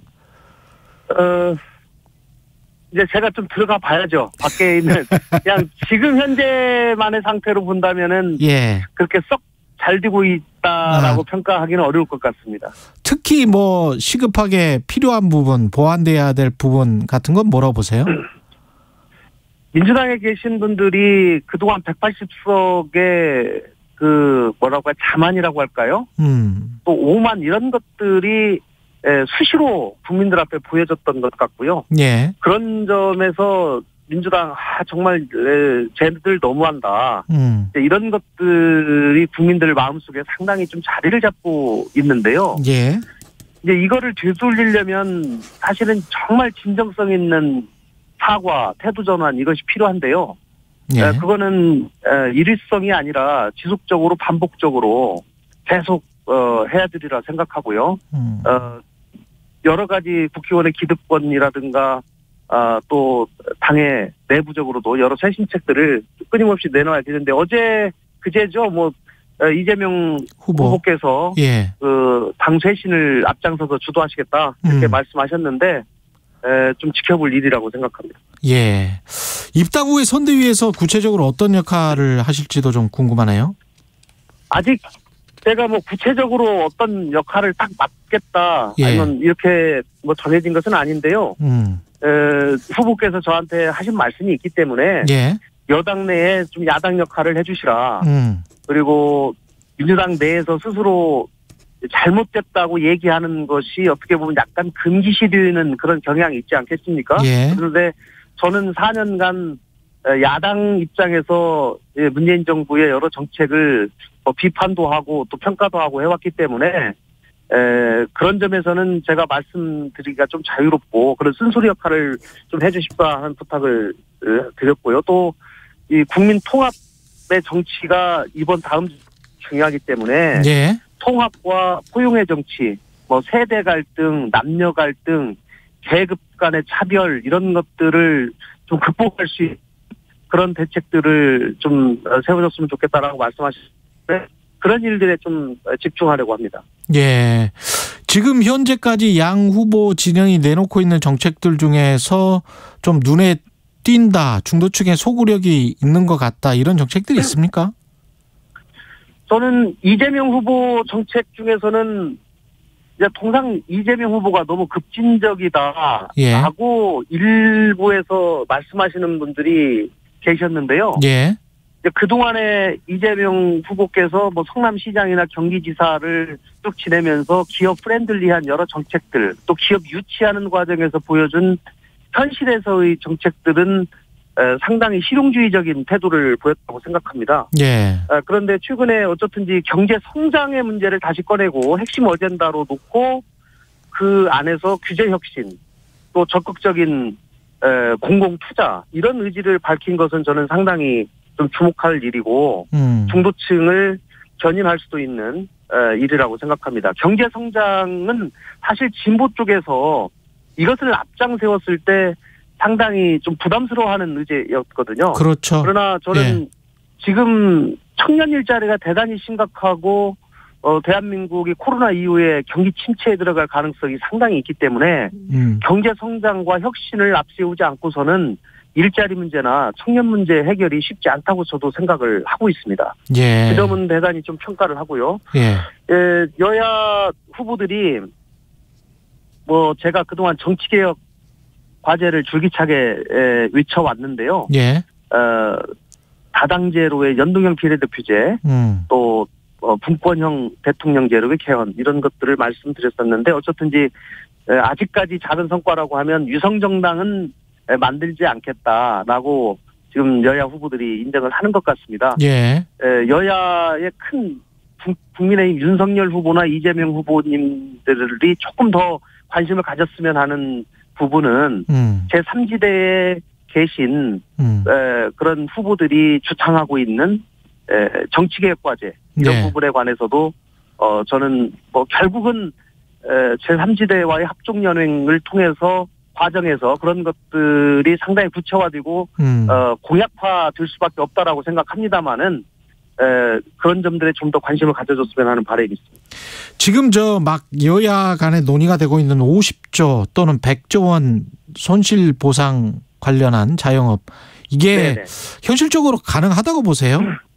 어떻게 보십니까? 이제 저희가 뭐 저도 기재부에 근무를 했기 때문에 그러니까요. 예. 정부의 재정 건전성을 그동안 굉장히 중요시하게 생각하고 예. 또 기재부 관료들은 그거를 굉장히 금고와 옥조처럼 생각해온 경향이 있는 것도 사실입니다. 맞습니다. 그러나 또 코로나 이 위기라고 하는 것은 지금까지 전례가 없는 또 일이기 때문에 코로나 위기를 맞이해서 전 세계 정부들이 어떤 경제 정책을 펴고 민생 회복 정책을 펴고 있는지를 좀 유심히 지켜본다면 우리도 좀 더 과감한 정책을 펼 필요가 있다 이렇게 생각을 합니다. 그렇기 때문에 50조니 100조니 이런 점들에 대해서 규모뿐만 아니라 구체적인 지원 방식에 관해서도 이런 문제는 초당적으로 어느 한 후보가 독점하는 것이 아니라 빨리 어젠다를 내고 여야가 지금 국회를 이 부분을 집중해서 열어서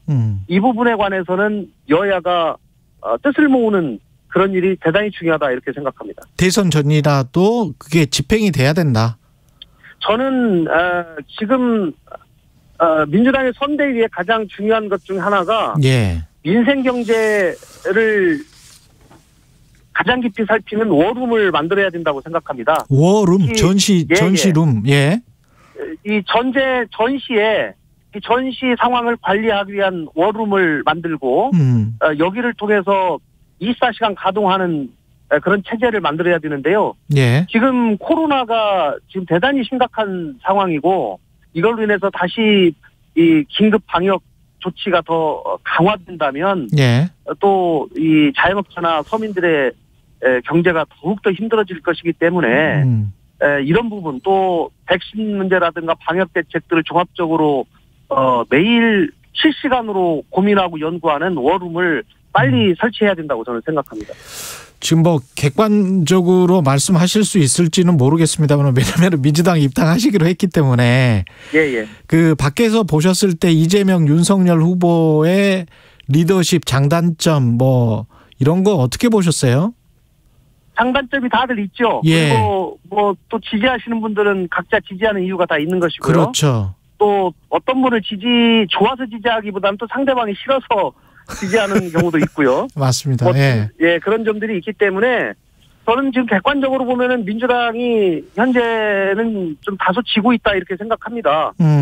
그러나 민심은 상당히 유동적이기 때문에 예. 특히 중도층을 잡기 위한 노력이 중요하고요. 예. 저는 이번 대선이 대전환 또 대통합 이것이 대단히 중요하다고 생각을 하고 예. 대전환은 코로나 이후에 여러 국민의 삶이 변화되고 경제 구조가 큰 변화가 있기 때문에 이것을 어떻게 국민들에게 설명하고 국민들의 민생을 보살필 민생 대책을 세울 것인가 여기에가 대단히 중요하다고 생각하고요. 대통합은 그동안 서로 진영이 나뉘어져서 상대방을 공격하고 보복하는 일들의 반복 속에서 국민들이 많이 지쳐 있거든요. 예. 그래서 이 부분을 어떻게 잘 해결하고 마음들을 모아낼 것인가 이 부분이 굉장히 중요하다고 생각하고 그 여러 대선 후보들이 이 점에 좀 더 집중해야지 중도층의 마음을 얻을 수 있다고 생각합니다.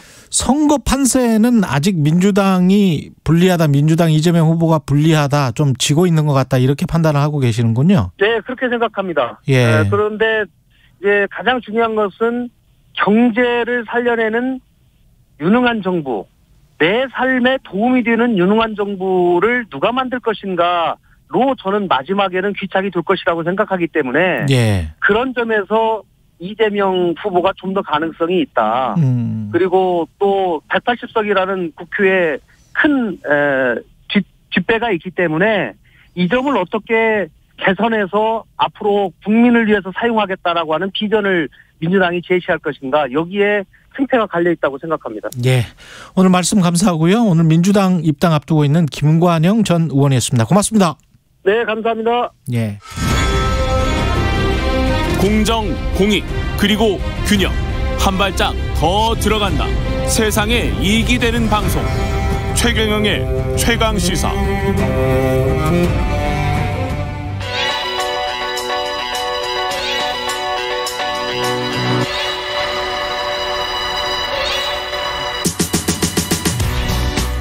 예, 지금 속보가 하나 들어와서요. KBS 뉴스에 대장동 민간업자들로부터 뇌물을 받은 혐의로 구속영장이 청구된 유한기 전 성남도시개발공사 개발사업본부장의 추정 시신이 발견됐습니다. 경찰과 소방당국은 오늘 오전 7시 반쯤 경기도 고양시의 한 아파트 단지에서 유 전 본부장으로 추정되는 시신 발견 신고가 접수됐다. 이렇게 밝혔고요. 예, 극단적인 선택을 한 것 같고요. 지금 봐서는 관련해서 정치권으로 파장이 좀 일 것 같네요. 예. 유 전 본부장은 2014년 8월 천화동인 4호와 5호 소유주인 남욱 변호사와 정영학 회계사 등 대장동 민간 개발 업자들로부터 로비 명목으로 2억 원을 받은 혐의를 받고 있었습니다. 예. 후속 보도 있으면 더 전해드릴 테고요. 예. 김봉신 메타보이스 대표님 나와 계십니다. 안녕하세요. 안녕하십니까. 예. 이런 뭐 뉴스들이 나중에 또 여론을 출렁하게 할 수도 있고 그렇겠습니다. 예. 그렇습니다. 이 코너에서 쭉 다루고 있는 전국 지표조사 오늘은 또 살펴볼 텐데요. 지금 지지율 격차가 계속 박빙이네요. 예. 박빙입니다. 이재명 후보가 6주 만에 오차범위 낸데 이재명 38, 윤석열 36 이렇게 돼 있군요. 예. 아주 미세하게 골든 크로스를 이뤘는데요. 사실은 그 직전 주하고 지난 주하고 비교해서 이재명 후보가 5%포인트 이게 좀 지지율이 좋아졌습니다. 그런데 이제 윤석열 후보도 2%포인트 좀 높아져서 사실 오차범위의 접전 상황이 이어지고 있는 거죠. 예.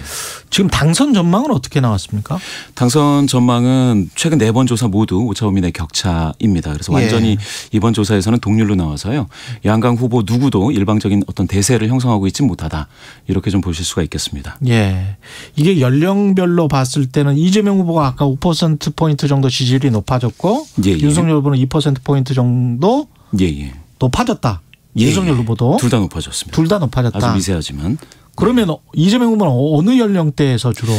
이게 30대에서 16%포인트 상승을 했습니다. 그리고 중도층에서도 한 10%포인트 상승을 했는데 이게 딱 그 이제 샘플 사이즈로 보면 이제 오차범위만큼 높아졌고 이 층에서 전체 지지율의 어떤 상승을 견인했다 이렇게 보실 수 있겠습니다. 30대 중도층에서? 예. 30대와 중도층. 여성 같은 경우는 어떻습니까? 여성도 한 6%포인트 좋아져서요. 이게 일부 그 조동현 교수와 관련돼서 보수 유튜버의 공격이 상당했는데 이재명 후보가 뭐 책임을 지겠다라는 어떤 의연한 대처가 있어서 이쪽으로 좀 결집이 되지 않았을까 하는. 오히려 또 역효과나 반발 심리가 있었을 수도 있네요. 그렇죠. 그렇기도 하지만 전반적으로는 지금은 이재명 후보로 전체적으로 좀 약간 좀 결집하는 그런 상황이 보이고 있습니다. 이게 지금 12월 9일 목요일에 발표가 되고 전화 면접 방식인데 이게 김종인 선대위원장이 역입된 다음이죠? 예, 맞습니다. 뉴스가 나오고 나서입니다. 그렇군요. 정권 심판론 같은 경우는 지난 11월 첫 주에 가장 높은 54%를 보이다가 지금 추세적으로 보니까 쭉 떨어지고 있는 걸로 봐야겠습니다. 맞습니다. 이번 주에는 46%. 이번 주에는 이제 4%포인트 격차로 완전히 붙었는데요. 정권 심판론 한 8%포인트 정도 지속적으로 이제 떨어졌고요. 5주 동안. 그리고 이제 국정 안정론은 8%포인트 더 좋아졌습니다. 국정 안정론이 42%. 그러니까 46대 42. 거의 같다고 봐야죠. 거의 같다고 봐야 되네요. 이것도 오차범위 내라고 봐야 되겠습니다. 맞습니다. 그러면 이게 국정 심판과 정권 심판과 국정 안전 이게 거의 비슷하다면 이거는 여권 후보에게 좀 유리한 건가요? 또 문재인 대통령 지지도 좀 높습니까 지금 상황이? 지금은 10명 중 4명 정도가 이제 긍정평가하는 정도고요. 지금 사실은 이게 심판이냐 안정이냐 이렇게 물으면 사실 문재인 대통령을 중심에 놓고 이번 정부를 평가하는 성격의 회고적 성격의 어떤 프레임이지 않습니까? 그렇죠. 이 프레임이 전체적으로 좀 약화되고 앞으로는 이제 두 후보 정책과 메시지 중심 그런 어떤 경쟁하는 전망적 성격으로 바뀌는 과정이 아닌가 이렇게도 보실 수가 있겠습니다. 사람들이 이제 국회 의석수나 이런 거를 생각해서 국정 안정 만약에 윤석열 후보가 됐을 경우에 국회에서 법안이 뭐 통과되지 않을 가능성 그다음에 이제 일종의 그 데들락처럼 모든 일들이 처리가 안 될 가능성에 관한 그런 어떤 불안감도 좀 투영이 돼 있다고 봐야 됩니까? 이런 거에? 그렇게도 볼 수가 있겠습니다. 지금 당장의 대통령을 심판하는데 급급해서는 사실은 다음 정부가 방금 말씀하신 그런 난맥상을 경험할 수도 있겠다라는 대중적인 어떤 그런 여론인 것 같습니다. 어제 나온 또 다른 여론조사가 하나 있는데요. 국민일보 의뢰로 한국사회여론연구소가 실시한 여론조사 전화 면접 방식이고요. 역시 박빙 승부로 나왔습니다. 격차가 5.6%포인트로 윤석열 후보가 오차범위 내에서 아주 미세하게 또 좋은 걸로 나왔는데요. 이게 응답률이 좀 낮아서 KSY 조사가 그래서 좀 보수 성향자가 조금 더 잡힌 게 아닌가 이렇게 보여집니다. 응답률이 아까 그 MBS 조사 같은 경우는 28.3, KSY 같은 경우는 12.3이었네요. 차이가 좀 있습니다. 그리고 조사 시간대에도 영향을 미치나요? MBS는 예, 맞습니다. MBS 조사는 3일 조사를 하는데 그중에 이틀 동안 각 3시간 조사를 하니까 저녁 시간 6시간을 할애해서 조사를 하게 되는데요. 많은 조사 회사들이 그렇게 못하죠. KS와의 이번 조사는 이틀 조사 중에 하루를 한 2시간 30분 정도만 저녁 시간대에 조사를 해서 그 낮에 되게 바쁜 사람들이 그렇죠. 샘플링 되기가 좀 어렵죠. 그래서 낮에 주로 이제 쉽게 전화를 받을 수 있는 사람들 위주였다. 그렇게 그렇습니다. 되면 보수적 성향이 좀 짙어지는 경향성이 이제까지 나왔었으니까요. 맞습니다. 이 KSOI 조사 같은 경우는 정권 교체론이 MBS 조사에 비해서 좀 더 높게 나왔군요. 근데 여기서는 이제 문항의 어떤 그 문구가 좀 많이 다른데요. MBS 조사에서는 이제 국정 안정이냐 심판이냐 이렇게 심판론에 대해서 물어본 거라고 한다면 KSY는 정권 재창출이냐 교체냐 약간 좀 전망적인 성격으로 물어봤습니다. 워딩이 다르죠. 그러네요. 정권 교체를 위해서 야당 후보가 당선되는 것이 좋다. 정권 재창출을 위해 여당 후보가 당선되는 것이 좋다. 맞습니다. 이게 국정 안정이냐, 정권 심판이냐, 이것과 질문이 느낌이 좀 다르죠. 뉘앙스가 많이 다르네요. 맞습니다. 그러니까 심판보다는 교체에 더 많이 공감을 한다고 봐야죠. 두 조사에서 현 정부 국정평가는 지금 어떻게 나오고 있습니까? 맞습니다. 대통령 국정수행에 대해서 이제 긍정평가가 10명 중 한 4명 정도로 비슷하게 나오는데요. 여기서 좀 특이한 점은 이 대부분의 조사에서 최근에 그 부정평가에서는 적극 부정이 좀 많고 긍정평가에서는 소극 긍정이 많아서요. 앞으로 이게 더 오르기는 좀 어렵고 여기서 좀 머물러 있겠다. 하방 압력이 더 크지 않을까 이렇게 좀 예측이 됩니다. 정책 현안에 대한 해결 능력을 묻는 문항들이 지금 가끔씩 나오고 있는데요. 맞습니다. 국민일보와 KSOI 조사에서 윤석열 후보 지지율이 가장 높게 나왔지만 정책 현안에 대한 해결 능력을 묻는 문항에서는 달리 나왔네요. 이거는. 맞습니다. 이재명 후보가 훨씬 그 5.1을 넘어서 9.2%포인트 더 많이 나왔습니다. 일자리 창출이나 경제 성장을 잘 이끌 후보는 누구냐. 이렇게 물어보니까 이재명 후보가 앞섰고 부동산 문제 잘 해결할 후보는 누구냐. 오차범위 이거는 오차범위 내입니다. 그런데 이제 이재명 후보가 이것도 약간 앞선 상황이고요. 알겠습니다. 잘 들었고요. 지금까지 메타보이스 김봉신 대표였습니다. 고맙습니다. 감사합니다. 전국 지표조사 MBS 조사개요 잠깐 말씀드리면 12월 6일부터 12월 8일 사흘간 전국 만 18세 이상 남녀 1,004명 상대로 한 것이고요. 한국사회여론연구소 역시 남녀 1,012명 상대로 12월 6일부터 7일간 한 겁니다. 자세한 내용은 중앙선거여론조사심의 홈페이지 참고하시면 됩니다. 고맙습니다. 감사합니다. 이준아, 이 커다란 배추를 누가 키웠을까요? 농부님? 농사를 지으며 우리 땅도 환경도 지키니까. 와, 사과가 열려있네. 너무 맛있어요. 우리의 먹거리를 안전하게 키우니까. 마을이 깨끗하네. 이준아, 우리도 여기서 살까? 네! 깨끗한 마을, 소중한 공동체를 이어가니까. 건강하게 지켜주셔서, 안전하게 키워주셔서, 소중한 걸 이어주셔서 고맙습니다. 공익직불제, 모두를 위한 농업 농촌을 지켜갑니다. 이 캠페인은 농림축산식품부와 농산물품질관리원이 함께합니다. 우리 생활에 유용하게 쓰이지만 폐기물을 남기는 방사선. 누군가 해야 하지만 아무나 할 수 없는 일. 방사성 폐기물 관리. 더 세심한 관리로 아이도 환경도 안전하게. 방사성 폐기물은 관리가 중요합니다. 방사성 폐기물을 안전하게 관리하는 한국원자력환경공단.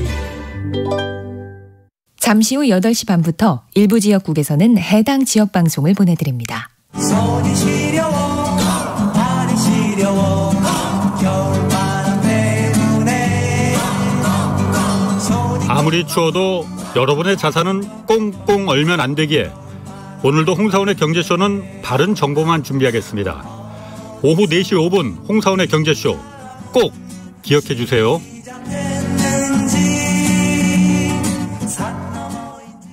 터질 것 같은 내 십자가 날 미치게 만들 것 같았지만 난 이제 깨달았어. 주진우 라이브가 있다는 것을. 지친 하루 집에 오는 게 매일 오후 5시 5분 KBS 1라디오 주진우 라이브. 지금 시각은 8시 30분입니다. KBS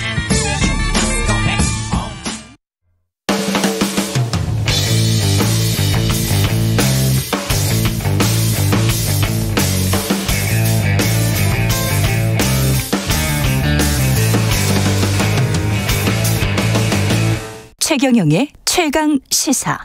네, 연일 코로나19 신규 확진자 수 7,000명 넘어서고 있는데 위중증 환자 역시 1,000명대 육박하고 있어서요.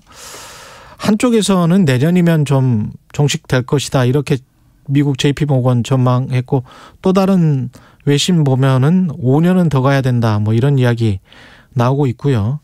명지대 의료병원의 이왕준 이사장님 나와 계십니다. 안녕하세요. 네, 안녕하세요. 네. 오늘은 좀 코로나19 백신에 관해서 모든 것을 좀 여쭤볼게요. 좀 네네. 자세히. 예.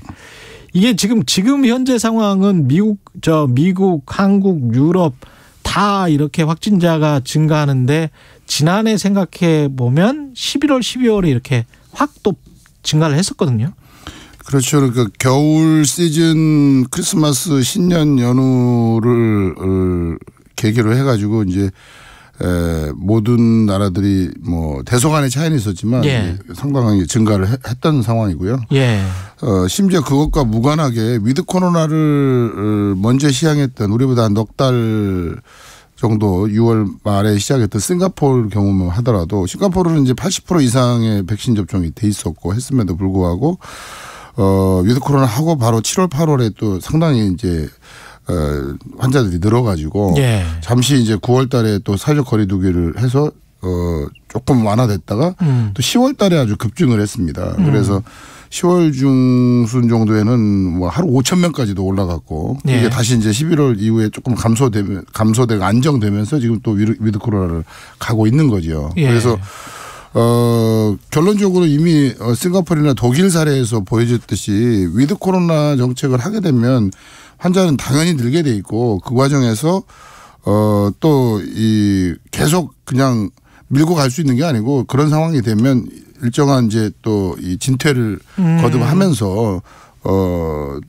그 진행을 하는 과정이 있는 거죠. 예. 하지만 이제 이 위드 코로나라는 기본 전략과 정책은 저희가 시즌 1이라고 네. 할 수 있는 지난 2년과 다르고 우리가 11월부터 위드 코로나를 환원한 이 시즌 2의 그 패러다임 내지는 기본 전략이 완전히 다른 상황으로 인지를 해야 되는 겁니다. 그러니까 지금 12월, 1월 앞으로 지금 벌어지는 이 5차 대유행을 예. 시즌 1의 뭐 그 11회분 드라마가 아니라 예. 시즌 2의 1회분 드라마다 이렇게 이해를 하시면 아마 상황이시기 더 쉬울 것 같습니다. 백신 접종을 80% 이상 한 상황이고. 우리 전략 자체가 이제 그렇게 예. 바뀐 거죠. 그러니까 예.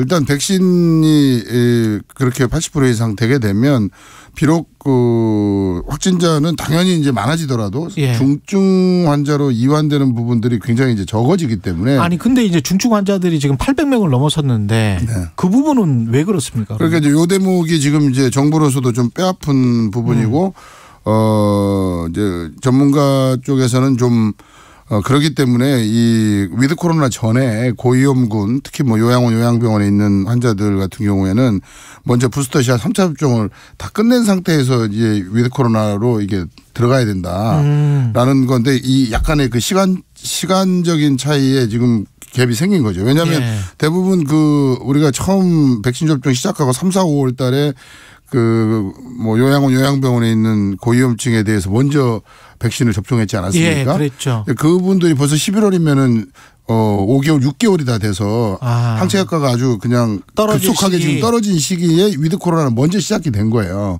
그럼 그분들이 지금 이완이 되면 또다시 집단 감염이 지금 막 형성이 되고 있고 요양원이나 요양보원들이 상당히 지금 그렇게 치명적으로 또 단체 이완이 돼 가지고 지금 환자들이 이제 급증하게 되는 거죠. 중증 환자, 사망자가 역시 그래도 60세 이상이 많기 때문에 그분들에 대한 부스터샷을 꼭 많이 미리 좀 했어야 되는 아쉬움이 있는 거죠. 네. 그 대목이 그 좀 전체적으로 보면 진행 과정에서 조금 패착이 아니었나 하는 좀 아쉬움이 들고요. 병상 확보 같은 경우는 그 어제인가요? 최경련의 최강시사에서 김기식 소장이 정부가 병상 확보할 수 있도록 지원금을 병원에 많이 주고 최대한 병상을 확보하면 되는 거 아니냐 이런 이야기를 하던데 그게 가능합니까 민간병원에서? 뭐 민간병원에서 할 수는 있지만 결국 그 얘기는 이제 일반 환자, 일반 진료를 그만큼 줄인다는 거거든요. 그러면 뭐 상급종합병원이나 대학병원들에서 그만큼 다른 중증 환자를 포기해야 되는 거고 결국 일반 중환자실을 줄여서 코로나 중환자로 이거를 전환해야 되는 거기 때문에 다시 말해서 병상만 늘리고 뭐 해도 작동이 안 되는 게 인력이 없으면은 그 시스템 작동이 안 되기 때문에 결국 일반 환자 진료, 중증 진료를 세크리파이스하고 포기하고 코로나 환자로 돌린다는 걸 의미를 하는 겁니다. 그러니까 어찌 보면 이거 근본적으로는 우리가 자원 이용에 있어서 어떤 프라이어리티를 두느냐에 대한 근본적인 문제가 있는 거죠. 어떤 우선순위가 있는 것인가. 그렇죠. 우선순위의 기본적인 가치 구조가 달라지는 겁니다. 그런데 일반 환자도 중증 환자 그 많이 아프신 분들 그분들도 치료를 당연히 병원에서는 해야 되잖아요. 그렇기 때문에 코로나 환자만을 진료에다가 집중하게 되면 일반 환자의 초과 사망률이 또 늘게 되는 거니까 뭐 코로나로 돌아가시나 일반 진료를 제대로 못 받아 돌아가시나 그거에 대한 리스크는 똑같은 거죠. 우리가 이 코로나 환자에 관해서 지금 명지병원에서도 실제로 많이 환자를 그렇죠. 보고 계시잖아요. 저희는 이제 중증 거점 코로나 거점 병원으로서 이 중증 치료 병상을 지금 23병상을 운영하고 있습니다. 예. 그러면 이런 보도들이 많이 나왔단 말이죠. 그러니까 뭐 나이야 연령 많으신 분들이 사망이나 중증이 높다. 비만하신 분 뚱뚱하면 더 취약하다. 이거는 다 과학적으로 사실입니까? 뭐 이 고도 비만의 경우에는 그 중증 환자로 이완될 게 일반 환자에 비해서 2배, 사망률도 한 1.5배 정도 높은 거로 나타나고 있고요. 그다음에 당연히 기저질환이나 뭐 이 고령 환자에서도 이제 그 이완율이나 또는 사망률이 굉장히 높습니다. 그러니까 지금 뭐 우리가 지금 이미 작년부터 2년 동안 상당히 이제 이 의학적이고 임상적인 그런 데이터와 근거가 많이 있기 때문에 사실 지금 뭐 우리가 이렇게 다시 환자가 는다고 그래서 또 불필요한 뭐 이런 공포에 쩔거나 이래야 될 이유는 없다고 봅니다. 근데 문제는 이제 우리가 조금 더 합리적이고 효율적이고 예측 가능하게 이제 전략 전술을 잘 운용하는 부분들이 필요하고 그 과정을 통해서 국민과 전문가와 정부가 서로가 이게 합심을 해서 서로 잘 커뮤니케이션을 해내는 게 이제 가장 중요한 과정이라고 생각이 되고요. 이 바이러스는 계속 뭐 델타든 오미크론이든 이 변이 바이러스가 계속 나타날 수밖에 없는 거죠. 이게 코로나 바이러스. 저희가 작년 팬데믹을 시작할 때 전제했던 것 자체가 이번 바이러스는 이게 이제 RNA 바이러스고 RNA 바이러스는 원래 본질적으로 불안정하기 때문에 계속적인 변이를 하게 돼 있는데 이렇게 광범위한 팬데믹을 하면 그 변이의 속도와 과정이 굉장히 에스컬레이션이 되고 증폭이 되고 더 이게 이제 누적이 되는 과정에서 이런 대변이와 소변이가 계속 교차되면서 일어나게 돼 있습니다. 그런데 이제 그 과정에서 상대적으로 지난번에 뭐 알파 베타 뭐 감마 델타 이렇게 나올 때 델타 변이가 이제 이 알파 베타에 비해서 2배 이상 뭐 그 아미노산이 한 4개에서 6개 변이가 일어났던 거에 비해서 델타는 한 12개 정도니까 2배 정도가 됐는데 이번에 이제 갑자기 이제 쭉 그런 소변이가 일어나는 또 다른 것보다도 강력하게 좀 한 32개 정도의 아미노산이 갑자기 이제 변이를 일으킨 거가 나왔기 때문에 그게 오미크론 말씀하시는 거죠? 오미크론 변이가 그런 거죠. 그러니까 이제 델타 변이보다 거의 뭐 3배 정도의 변이를 일으킨 거죠. 그러면 당연히 변이를 일으키게 되면 이 돌기 세포, 이 돌기나 이 스파이크 단백질의 그 기본 바이러스의 구조 자체가 이제 변이를 가져오면 예. 상대적으로 우리가 앞에 그 바이러스의 포커싱돼 있는 이런 백신이 됐건 또 우리 몸에 있는 항체가 상대적으로 그거에 대한 방어력이 떨어질 수밖에 없는 거죠. 변이가 심해진다는 거는 바로 숙주 인간의 방어 체계 그 면역 체계에 대한 회피 능력이 더 커진다는 걸 의미하기 때문에 계속 이제 바이러스와 사람 숙주와의 어떤 이런 그 기란관계 그렇죠. 네. 그게 계속 이제 진행이 되는 과정에 있는 겁니다. 그 과정에서 자꾸 이제 이 변이들이 일어날 때 이게 점점 이제 어느 방향으로 가느냐, 더 순화되는 방향으로 가느냐. 그러니까 두 가지죠. 하나는 변이의 방향이 얼마만큼 전파력이 더 세지냐, 약해지느냐. 하나는 이 독성이 강해지느냐, 약해지느냐. 근데 이제 전파력이 세지면서 독성이 강해지는 거는 제일 나쁜 거고 전파력이 커지지만 독성이 약해지는 방향으로 가면 이게 점점 이제 계절 독감화돼서 우리와 이제 상제하는 그런 바이러스로 쭉 그 테이퍼링 되면서 변신하게 되는 거죠. 그럼 오미크론이 그렇게 될 가능성이 있다. 그래서 이제 그런 낙관론을 가진 견해도 있습니다. 아직까지는 이제 과학적으로 충분한 데이터가 되지 않기 때문에 이게 과연 이제 독성이 기존에 있는 델타 변이가 지금 주변이니까 주종이니까 델타 변이 바이러스보다 더 독성이 약해질 거다라는 좀 그런 기대가 있고요. 왜냐하면 이제 이게 워낙 그 전파력이 이제 커진 대목이 되면 뭐 상대적으로 원래 독성은 약했으니까 서바이벌을 위해 생존을 위해서 더 약해져야 되는 거 아니냐. 뭐 그러면 이게 크리스마스 선물이 될 수도 있다. 이런 낙관적 견해도 있고요. 또는 뭐 최소한 그렇게 쉽게 그 독성이 작아지지는 않을 거고 델타 변이 정도가 되겠지만 그거보다 더 독하지는 않을 거다. 이런 지금 조심스러운 견해들이 그러면 계속 제약사들이 이렇게 변형된 바이러스에 대응해서 백신을 개발을 하면 우리는 그걸 지금 뭐 1년에 2번씩 또는 분기에 1번씩 정도 맞아야 되는 그런 상황이 되는 겁니까? 그러니까 이제 이 독성이 이제 어느 정도의 그 범주 안에 들어오면 우리가 그 독감 백신 특히 인플루엔자 백신도 매년 맞지만 또 맞아도 뭐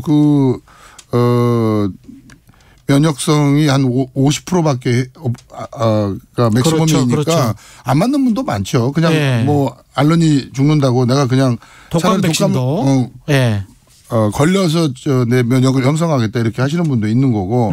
그런데 지금은 그런 그 과정에 이제 과도기에 있는 거죠. 그래서 하지만 어쨌든 지금 이게 워낙 확산 속도가 빠르고 팬데믹의 구조를 지금 잠재우고 특히 우리의 지금 제일 목표는 이런 과정을 통해서 백신이 바이러스를 완전히 완치하거나 종식하거나 이런 게 아니잖아요. 우리의 면역력의 구조의 우리 몸 안의 면역 역량과 그다음에 이제 바이러스의 사회적 파장력 사이에 이제 역학관계가 어떻게 되느냐. 결론적으로는 그것이 우리가 감당할 수 있는 의료 역량이 된다고 하면은 상대적으로 사망률을 줄이고 이제 그걸 끌고 갈 수가 있으니까. 결국은 집단 면역으로 가야 되는.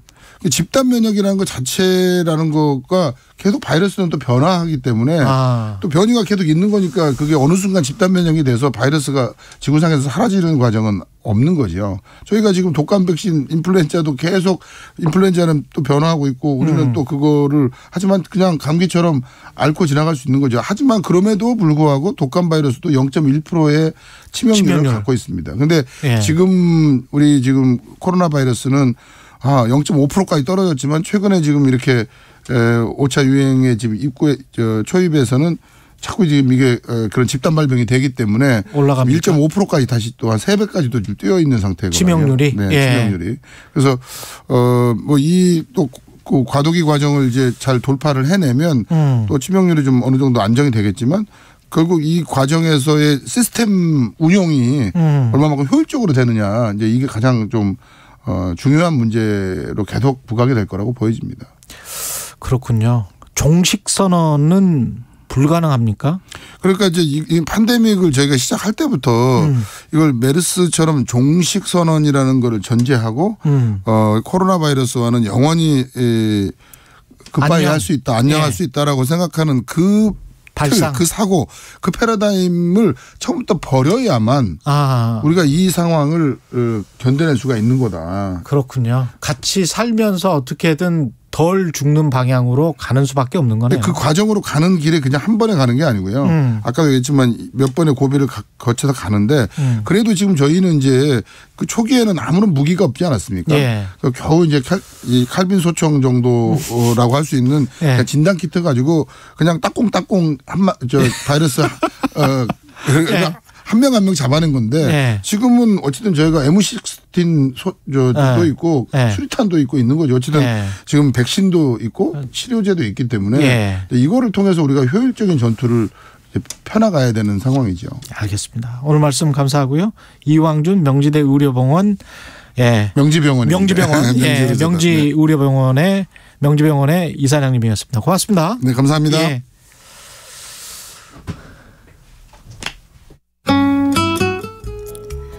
이 시각 출근길 교통정보입니다. 평소보다 수월하다 싶은 게 올림픽대로 행주대교 부근의 소통이 원활합니다. 잠실 쪽으로 방화대교부터 속도가 떨어지는데요. 월드컵 대교 쪽으로 막히다가 여의하류에서 한강대교 쪽으로 정체입니다. 같은 구간의 강변북로 타신다면 10분 정도 시간이 더 걸리겠는데요. 방화에서 한강대교까지 40분 정도 예상되고요. 이후로 반포대교까지는 속도가 떨어집니다. 경부고속도로 부산 방향 서초를 지나서는 사고가 있습니다. 2차로에서 사고를 처리하고 있는데 한남에서 서초 쪽으로 20분 이상 걸리겠고요. 신갈에서 수원까지나 오산에서 남사 쪽으로 정체입니다. 그리고 서해안고속도로 목포 쪽으로는 비봉에서 화성 휴게소 쪽으로 속도가 떨어지고 있는데요. 지금 곳곳으로 약간 비가 내리고 있으니까 조심 운전하시기 바랍니다. KBS 교통정보센터에서 이현입니다.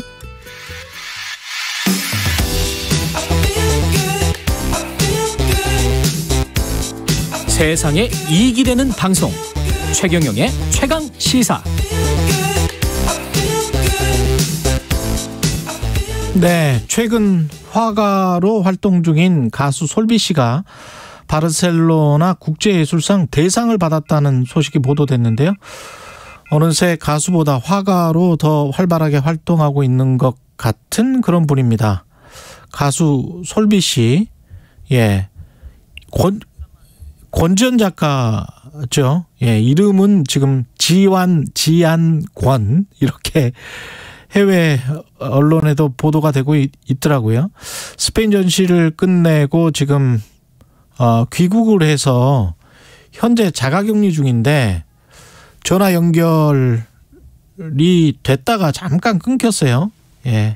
관련해서 여러 소식들 듣고 계신 분들 많을 것 같은데 지금 다시 전화 연결이 됐다고 하네요. 안녕하세요. 네, 안녕하세요. 지금 약간 좀 잠이 오는 듯한 그런 목소리십니다. 너무 아침이어서 제가 지금 자가격리하고 있거든요. 언제 오셨어요? 스페인에서?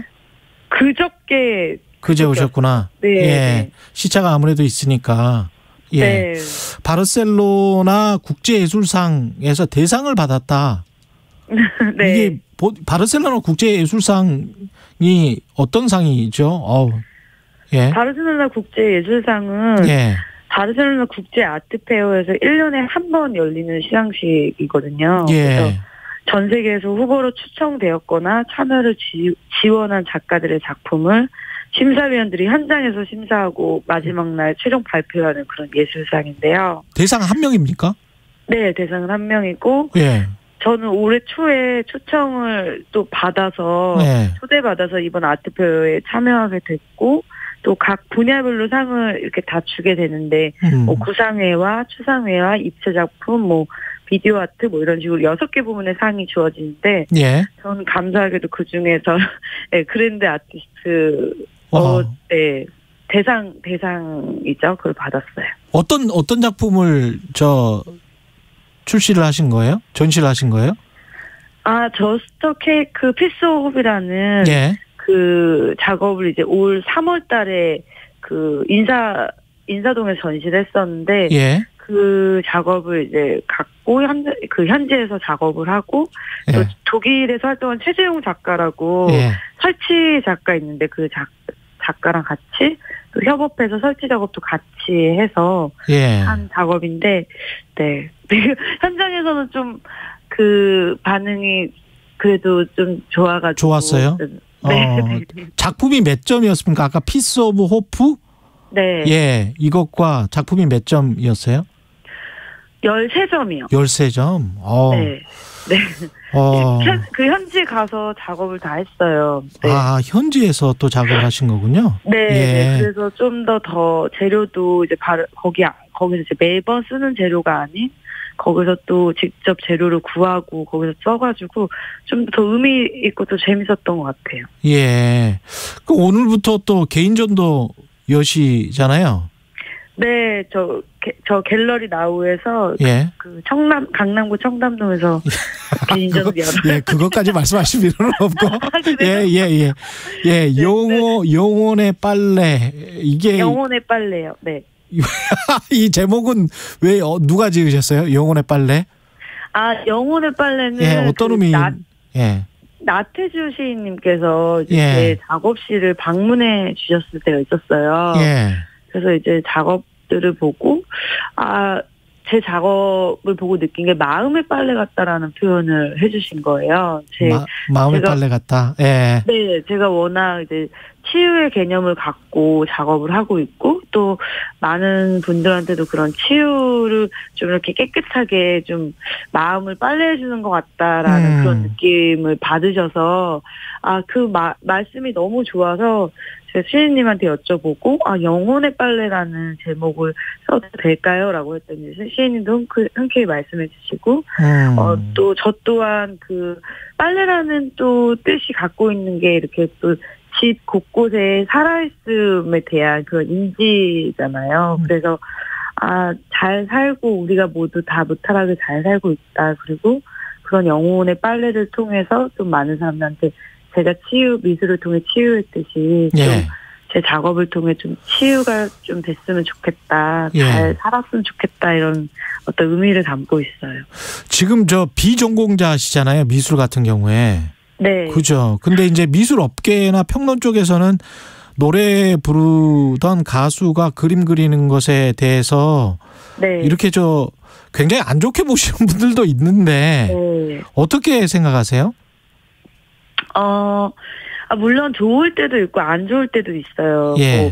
방송에서의 솔비로서의 캐릭터는 미술에서의 관람을 좀 가끔씩 방해하기도 하고 또 작품보다 또 사람이 먼저 보여지기 때문에 그 부분은 좀 미술 작가로서 이렇게 가는 부분에 있어서 좀 별로 좋은 일 같지는 않아요. 도움이 되지는 않았고요.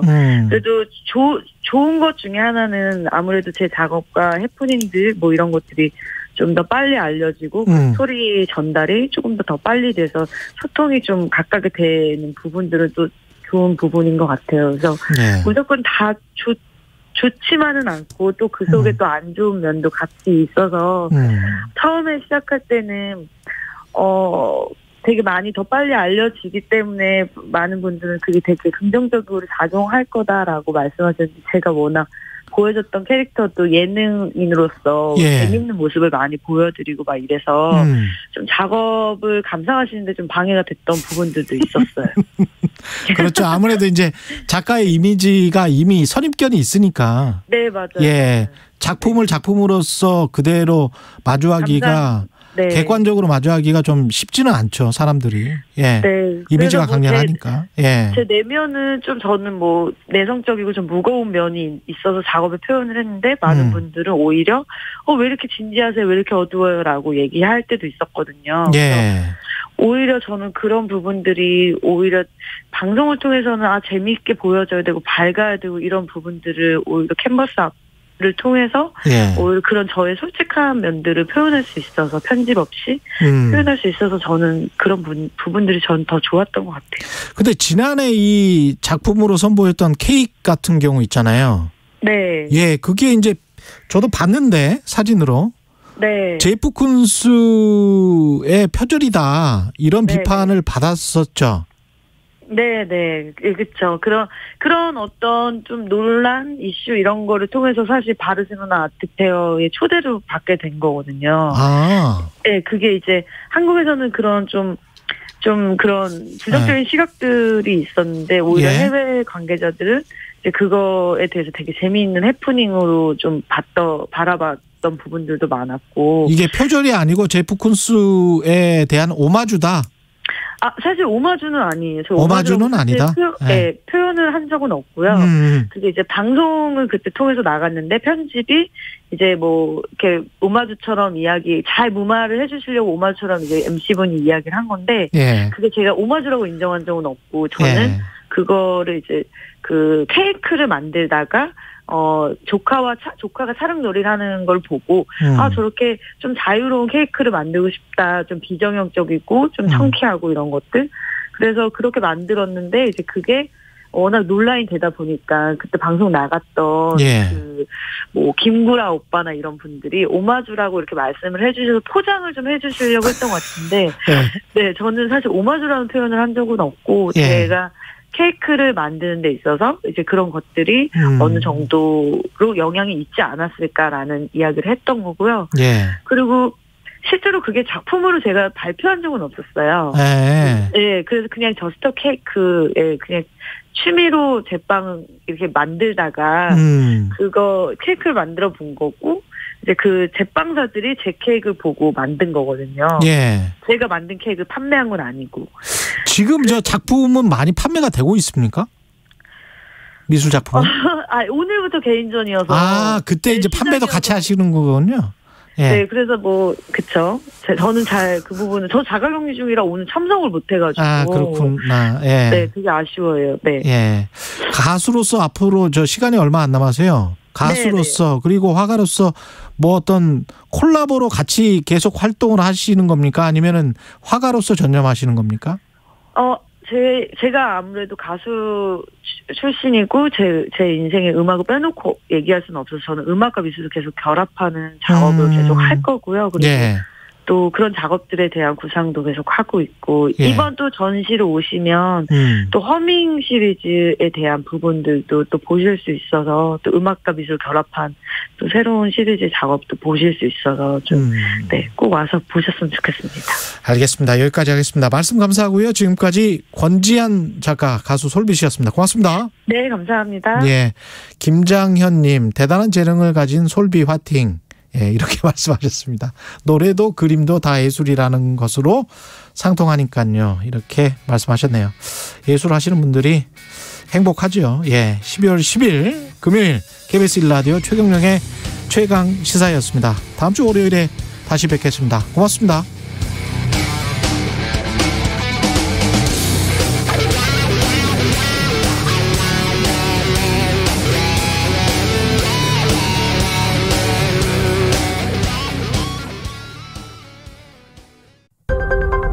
코로나19 상황이 심각해짐에 따라 사적 모임 허용 인원